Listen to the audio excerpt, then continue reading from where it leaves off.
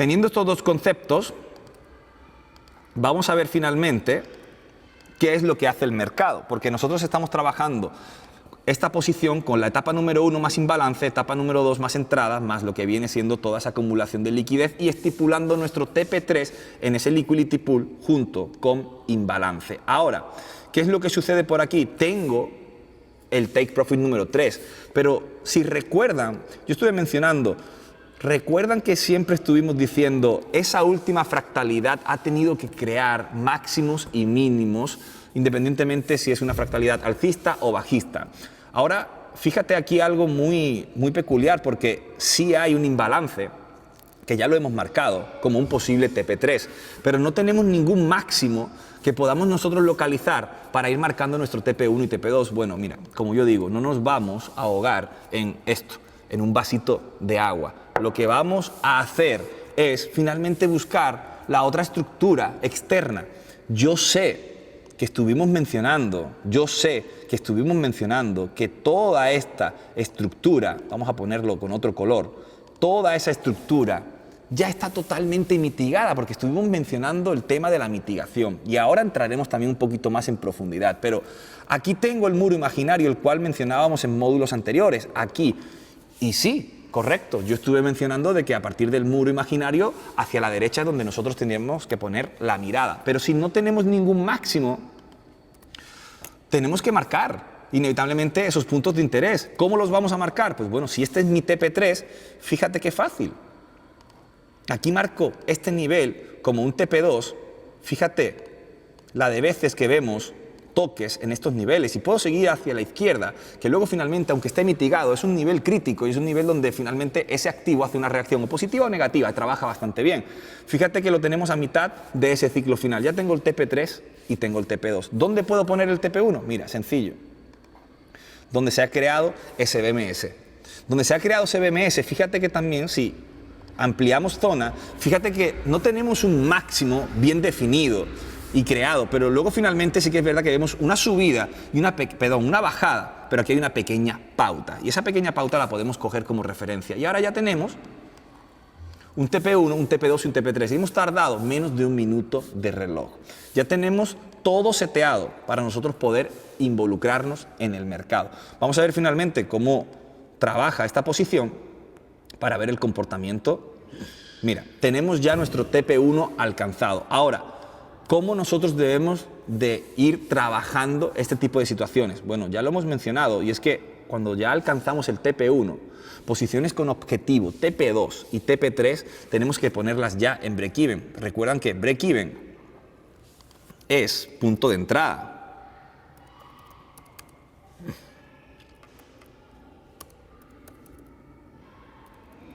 Vamos a marcarlo aquí, igual, punto de entrada.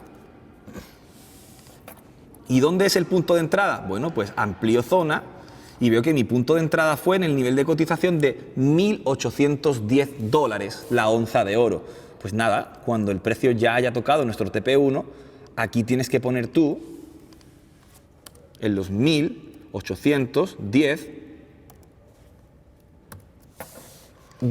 la onza de oro y ese es el nivel donde tú vas a poner tu break-even, en el punto de entrada. Y ahora vamos a ver el comportamiento de esta posición, si finalmente pues sale ganadora o no sale ganadora. Independientemente de que si sale ganadora o no, aquí la importancia es ver cómo poder trabajar y actuar cuando encontramos imbalances en el mercado. Tenemos ya, como podemos ver, el ciclo casi a mitad, por no decir a 3/4 partes, donde tenemos ya el TP2 alcanzado y ya solo nos faltaría lo que viene siendo el take profit número 3. Y aquí tenemos una posición totalmente ganadora. Y es aquí donde yo estaba mencionando anteriormente, porque fíjate, dos casos totalmente diferentes el uno al otro. En uno sí hemos podido determinar y localizar un buen punto de interés para nosotros poder ejecutar la entrada. Pero fíjate, en ese imbalance sí finalmente se vio una reacción positiva. Pero en este imbalance y en este liquidity pool, ¿qué es lo que ha sucedido? Bueno, pues se queda totalmente quebrantado, se queda roto y lo que hace es convertirse en un liquidity ramp, donde finalmente ese imbalance lo que hace es, sí, ya el mercado se queda balanceado, pero luego finalmente pues no hemos visto esa reacción negativa en el caso que se podría estar viendo en estos niveles de aquí. Pero fíjate, así es como nosotros podemos construir lo que viene siendo paso a paso una posición en el mercado donde estamos combinando el concepto de BMS y donde estamos combinando ahora un imbalance en el mercado. Y es que es muy importante que empecemos a entender todos estos conceptos para que cuando a medida que vayamos pasando módulo tras módulo y vayamos subiendo de nivel, finalmente no nos quedemos con todos esos conceptos por allí atrasados y luego finalmente conceptos nuevos, más conceptos nuevos, finalmente lo que te va a hacer es un descontrol total en la mente. Bueno, es normal que estemos un poco confundidos, es normal, porque finalmente esto yo lo comparo muchísimo como si estuviéramos hablando o aprendiendo un idioma nuevo, ¿vale? Entonces, cuando nosotros en el minuto 1 nos ponemos a aprender un idioma, no nos enteramos finalmente de nada, hasta que finalmente, pues, aprendemos, pero a medida de que vamos a aprender, de la práctica y de la práctica, ¿vale? Ahora vamos a ver otro concepto de imbalance también.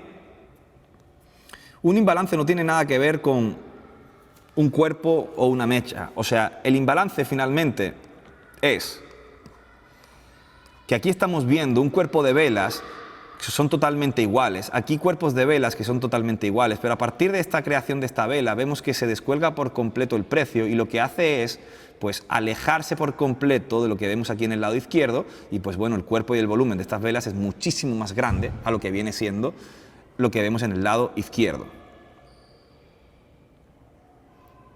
Siempre cuando haya un imbalance no viene acompañado de un BMS, no tiene nada que ver, podemos ver un imbalance con lo que viene siendo la creación de un nuevo máximo.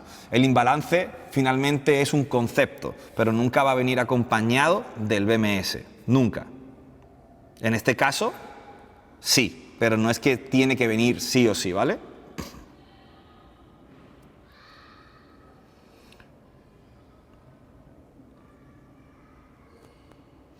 Ok, mira, hay una pregunta muy buena y es que cuando nosotros nos toca el stop loss, ¿volvemos a entrar? No. ¿Por qué? Porque si ese bloque de órdenes lo que ha hecho es irse a pérdida y ha sido roto, nosotros no podemos tener como referencia el mismo bloque de órdenes porque finalmente pues no sirve, o sea, no ha trabajado en la zona que nosotros estábamos esperando. Asumimos la pérdida y se acabó.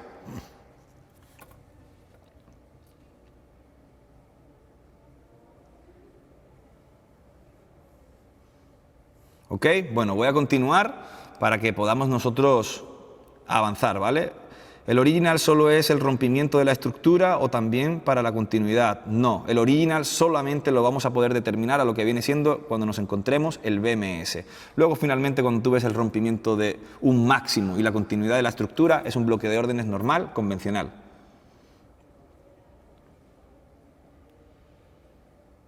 Siempre vamos a estar en las temporalidades de 1 hora y 4 horas. Cuando la vela tiene una mecha muy grande, ¿cómo pones el OB? Necesito que se tomen pastillitas para la memoria, porque lo acabo de explicar hace 30 minutos. Luego me dicen que sí, pero es que si no prestan atención, ¿cómo diantres se van a enterar de todo esto?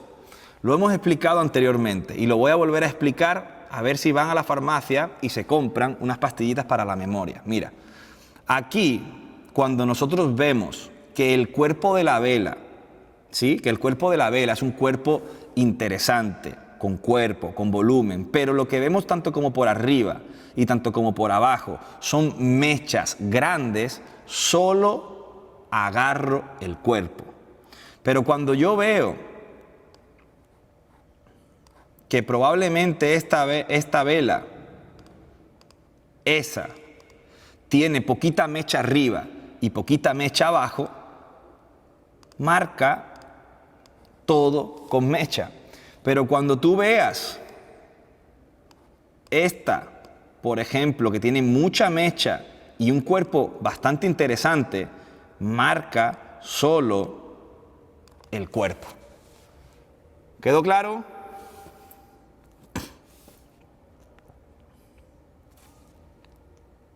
Ok. ¿Por qué en ese último alto no los otros se han tomado más abajo? Porque ese es el último, ese mismo que tú has marcado que pone BMS, ese es el último máximo. Si no entendemos el concepto de las fractalidades, es muy probable que nos confundamos cuál máximo se ha roto y cuál máximo no se ha roto. Ese mismo que tú has marcado, o no sé si es el que yo tengo y tú le has hecho una captura, pero ese que está ahí, sí, eso es lo que yo he hecho y tú le has hecho una captura.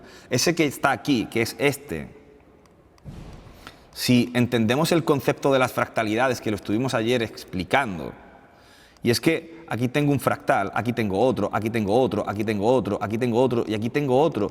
Finalmente, este fractal es que el que me crea el máximo, este fractal es otro máximo y este fractal es el otro máximo. Si entonces el precio lo que viene es y me rompe el máximo previo, este es el último máximo en el mercado, ¿ok?